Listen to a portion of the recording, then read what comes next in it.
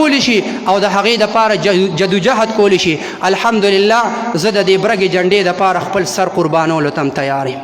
او دا زه انشاءالله زه دا تاسو ټولو ته خپلو مقتدیانو ته میم چې کله مړ شم نو زما په کالبوت باندې زما په کټ باندې به هم دا دقه رنګې وغوړوي او زما په قبر باندې به هم دا جنډه پرته وي. او دا زه خپل اولاد تم دا وصیت کوم چې انشاءالله تر دم آخر او تر مرګه پورې به دې د رسول الله مبارک د برا ابن غازب روایت پسې به انشاءالله تر د قیامت د ورځې پورې روان یم چې تر څو پورې زندگی وه کو زما پلار زما مخالف کیږي کو زما رور زما مخالف کیږي او کو زما قام قبیله او خپلوان مخالف کیږي ما ته چې څومره اندازه لګي دې وخت کې زما د مدرسې او زما د عقیدې او زما د هر څیز جنګ چې دی هغه صرف دا برګه جنډه لړاوی زما عزتمندو په دې ملک ما ته بل سړی ښکاري نه زمې عزتمندو. تاسو وکتل په دې لږ وخت کې مونږ ټول غلامان یو مونږ ټول خرڅ یو زمې عزتمندو. دا صرف ستاسو د دې پوهې دپاره دا خبره کوم زمې عزتمندو. انشاءالله دغې خلکو سره به او کم خلک چې وایي چې یاره حمزه آصف دی او دا دی او هغه دی بلکل مونږ د هغه سره ښه شانه بشانه ولاړ یو. اوټ به هم ورله ورکوو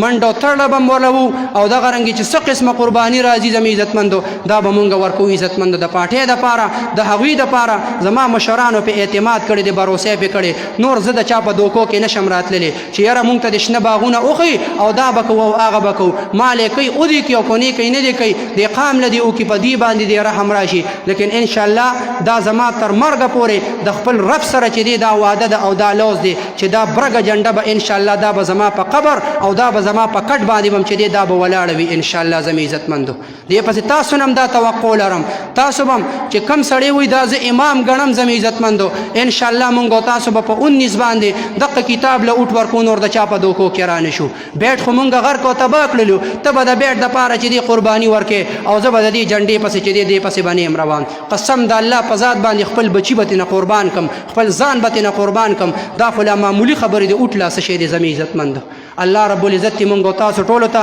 په دې باندې د عمل کولو توفیق را نصیب وګرځولي کړي. هذا واخر دعوانا ان الحمد لله رب العالمين.